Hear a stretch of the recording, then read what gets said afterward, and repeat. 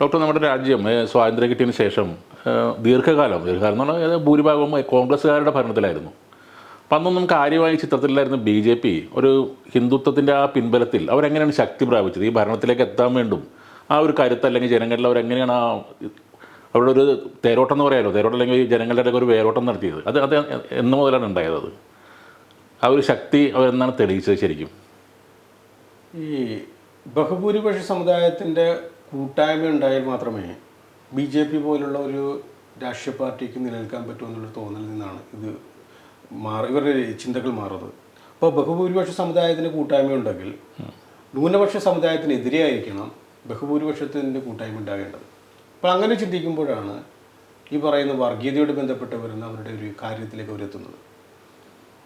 നമുക്കറിയാവുന്ന പോലെ തന്നെ, അല്ലെങ്കിൽ ഇന്ത്യൻ ചരിത്രം പഠിക്കുന്ന ഏതൊരാൾക്കും അറിയാവുന്നൊരു കാര്യമാണ്, സോമനാഥയോട് ബന്ധപ്പെട്ട് വരുന്നൊരു ചരിത്രമുണ്ട്. ഗുജറാത്തിലെ സൗരാഷ്ട്രയോട് ബന്ധപ്പെട്ട് വരുന്ന സോമനാഥ ക്ഷേത്രം. ഈ സോമനാഥ ക്ഷേത്രത്തോട് ബന്ധപ്പെട്ട് വരുന്ന അതിൻ്റെ തകർച്ച എന്ന് പറയുന്നത് ഒരു മുസ്ലിം ഭരണാധികാരിയിൽ നിന്നാണ്. മുഹമ്മദ് ഗസ്നി എന്ന് പറയുന്ന ഒരു ഭരണാധികാരിയിൽ നിന്നാണ് അതിന് ഈ പറയുന്ന തകർച്ചയിലേക്ക് എത്തപ്പെടുന്നത്. പുള്ളി ഇന്ത്യയിലേക്ക് ആക്രമിക്കാനായിട്ട് വന്നാണോ? ആക്രമിക്കാൻ വേണ്ടി വന്നതാണ്. കാരണം നോർത്ത് ഇന്ത്യയോട് ബന്ധപ്പെട്ട് നമ്മൾ ചരിത്രം കൃത്യമായിട്ട് പറയുകയാണെങ്കിൽ, എടുത്ത് തുറന്നു പറയുകയാണെങ്കിൽ, നോർത്ത് ഇന്ത്യയോട് ബന്ധപ്പെട്ട് വരുന്ന പ്രദേശങ്ങളിൽ മുസ്ലിം ഭരണാധികാരികൾ ആക്രമണകാരികളായിട്ടും പടയോട്ടത്തിൻ്റെ ഭാഗമായിട്ട് കടന്നു വന്നിട്ടുള്ളത്. മതം പ്രചരിപ്പിക്കുക അല്ലെങ്കിൽ ഇന്ത്യയിലുള്ള സ്വത്തുവകൾ കയ്യേറുക, പിടിച്ചെടുക്കുക എന്ന ലക്ഷ്യം തന്നെയായിരുന്നു. അല്ലെങ്കിൽ മതം മാറ്റി ആ സമുദായത്തിൻ്റെ ഭാഗമാക്കിക്കൊണ്ട് ജനങ്ങളെ ഉദ്ധരിക്കാമെന്നുള്ള ധാരണയോട് വന്നവരല്ല.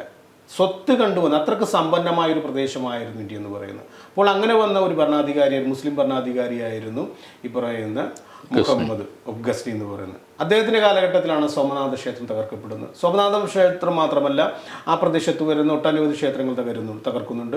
അപ്പോൾ അതിനോട് ബന്ധപ്പെടുത്തിയാണ് ഇന്ത്യയിലേക്ക് ഈ പറയുന്ന മുസ്ലിം ശക്തികളുടെ അധിവ്യാപനം പിൻകാലത്തുണ്ടാകുന്നു. അപ്പോൾ അതിനെയൊക്കെ തടഞ്ഞു നിർത്തുന്ന ഒത്തിരി ചരിത്രങ്ങൾ വരുന്നുണ്ട്. ഇതെല്ലാം ഇന്ത്യയെ സംബന്ധിച്ച് ഒരു പരാജയ കാരണങ്ങളായിട്ട് ഇന്ത്യയിലെ ഹിന്ദുക്കളോ മറ്റുള്ളവർ കണക്കാക്കിയിരുന്നില്ല.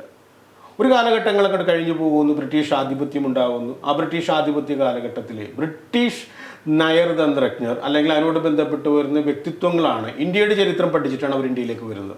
ഇന്ത്യയുടെ ചരിത്രം പഠിച്ച കൂട്ടത്തിൽ ഇത്തരം കഥകളും അല്ലെങ്കിൽ ചരിത്ര കാര്യങ്ങൾ അവർ മനസ്സിലാക്കിയിട്ടുണ്ടായിരുന്നു. അങ്ങനെ വന്നപ്പോൾ എലൻബറോ എന്ന് പറയുന്ന ഒരു വ്യക്തിത്വമാണ്. ആ എലൻബറോ എന്ന് പറയുന്ന ആളാണ് ഇന്ത്യയിലെ ഹിന്ദുക്കൾക്കൊരു മാനഹാനിയായിട്ട് ഈ സോമനാഥ ക്ഷേത്രത്തിൻ്റെ തകർച്ച സംഭവിച്ചത് ഒരു കാര്യമായിട്ട് ചൂണ്ടിക്കാണിക്കുന്നത്.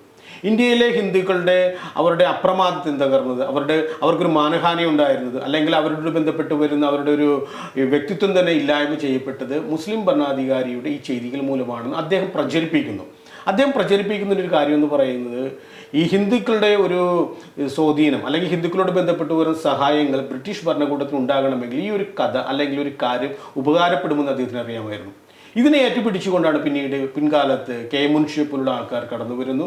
അതുപോലെ സർദാർ വല്ലഭായ് പട്ടേലിനോട് ബന്ധപ്പെട്ടവർ കടന്നു വരുന്നു. ഇവരെല്ലാം മുൻനിർത്തുന്ന ഒരു ചരിത്രം എന്ന് പറയുന്നത് ഗുജറാത്തിനോട് ബന്ധപ്പെട്ട് വരുന്ന ചരിത്രമാണ്. അതായത് മുസ്ലിങ്ങളോട് ബന്ധപ്പെട്ട് വരുന്ന പടയോട്ട കാര്യങ്ങളെല്ലാം തടഞ്ഞു നിർത്തിയ ഗുർജാര എന്ന് പറയുന്ന ഒരു വിഭാഗത്തിൻ്റെ ഭൂമിയായിരുന്നു ഈ സൗരാഷ്ട്ര എന്നെല്ലാം അറിയപ്പെടുന്ന ഈ പ്രദേശം എന്ന് പറയുന്നത്, സോമനാഥയോട് ബന്ധപ്പെട്ട് വന്ന പ്രദേശം. അപ്പോൾ അതിൻ്റെ ചരിത്രം തേടിപ്പോകുന്നു, അതിൻ്റെ ചരിത്രത്തോട് ബന്ധപ്പെട്ട ഗ്രന്ഥങ്ങൾ രചിക്കുന്നു. അങ്ങനെ ഹിന്ദുക്കളുടെ ഇടയിൽ ആ ഒരു ക്ഷേത്രം പുനഃസ്ഥാപിക്കപ്പെടേണ്ടത് ആവശ്യമാണെന്നുള്ള ഒരു തോന്നൽ കെ എം മുൻഷിയോട് ബന്ധപ്പെട്ട് വരുന്നു. അല്ലെങ്കിൽ ഇന്ത്യൻ സ്വാതന്ത്ര്യ കാലഘട്ടത്തിൻ്റെ ആ തുടക്ക കാലഘട്ടത്തിലെ ഈ ഇന്ത്യയിലെ പ്രധാനപ്പെട്ട വ്യക്തിത്വങ്ങൾ മനസ്സിലാക്കുകയാണ്. അതിൻ്റെ ഭാഗമായിട്ടാണ് സോമനാഥ ക്ഷേത്രം 1951 പുനഃസ്ഥാപിക്കുന്നത്, പുതുക്കിപ്പണിയുകയാണ്. അപ്പോൾ അതിനോട് ബന്ധപ്പെട്ട് കെ എം താപ്പറിൻ്റെ അവിടെ ആർക്കിയോളജിക്കൽ പഠനങ്ങളുണ്ട്. അതിനെല്ലാം ആധികാരികമായിട്ട് മനസ്സിലാക്കിക്കൊണ്ടാണിത് ക്ഷേത്രങ്ങൾ സ്ഥാപിക്കുന്നത്. അതിൻ്റെ പുറകിൽ ഒത്തിരി ചരിത്രമുണ്ട്.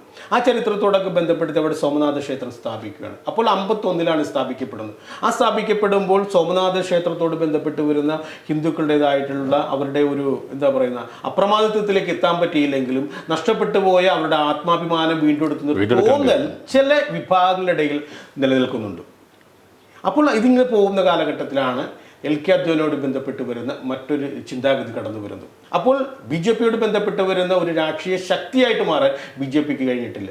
ബി ജെ പി എന്ന് പറയുന്ന രാഷ്ട്രീയ പ്രസ്ഥാനം നിലനിൽക്കുന്നുണ്ട്, ശക്തമായ ഒരു പ്രസ്ഥാനമായിട്ട് മാറാൻ പറ്റിയിട്ടില്ല. ഇത് മനസ്സിലാക്കുമ്പോഴാണ് ഇതേ തീവ്ര ഹിന്ദുത്വം അല്ലെങ്കിൽ ആ ഹിന്ദു വിശ്വാസത്തോട് ബന്ധപ്പെട്ട് വരുന്നൊരു കാര്യത്തെ മുൻനിർത്തി മാത്രമേ ഹിന്ദുക്കൾക്ക് ഒന്നിക്കാൻ പറ്റൂ, അല്ലെങ്കിൽ ഈ പറയുന്ന ബഹുഭൂരിപക്ഷ സമുദായത്തിൻ്റെ ഐക്യം ഉറപ്പിക്കാൻ പറ്റുമെന്ന് മനസ്സിലാക്കുന്നിടത്താണ് സോമനാഥ വീണ്ടും പ്രധാനപ്പെട്ട ഘടകമായിട്ട് മാറുന്നത്.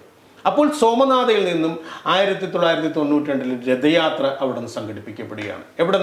അവിടെയാണ് നമ്മൾ ശ്രദ്ധിക്കേണ്ടത്. അതായത് മുസ്ലിം ഭരണാധികാരികളാൽ തകർക്കപ്പെട്ട സോമനാഥയിൽ നിന്നും മുസ്ലിം ഭരണാധികാരികളാൽ ഇല്ലായ്മ ചെയ്യപ്പെട്ട അയോധ്യ എന്ന് പറയുന്ന പ്രദേശത്തേക്ക് രഥയാത്ര നടത്തുകയാണ്. അപ്പോൾ ഒരു സ്ഥലത്ത് നിന്ന് ആ രഥയാത്ര നടത്തുമ്പോൾ ആ രഥയാത്ര നടന്നതിൻ്റെ തുടക്കം എന്ന് പറയുന്നത് അതൊരു വിജയത്തിൻ്റെ അടയാളമാണ്. ആ വിജയത്തിൻ്റെ അടയാളത്തിൽ നിന്നാണ് BJP രഥയാത്ര നടത്തുന്നത്. അതിൻ്റെ ഭാഗമായിട്ടാണ് പിൻകാലത്ത് കർഷകരോട് ബന്ധപ്പെട്ട് വരുന്ന ഈ പറയുന്ന അയോധ്യയുടെ തകർച്ച എന്ന് പറയുന്നത്. അവിടെ നിന്നാണ് BJPയുടെ വളർച്ച.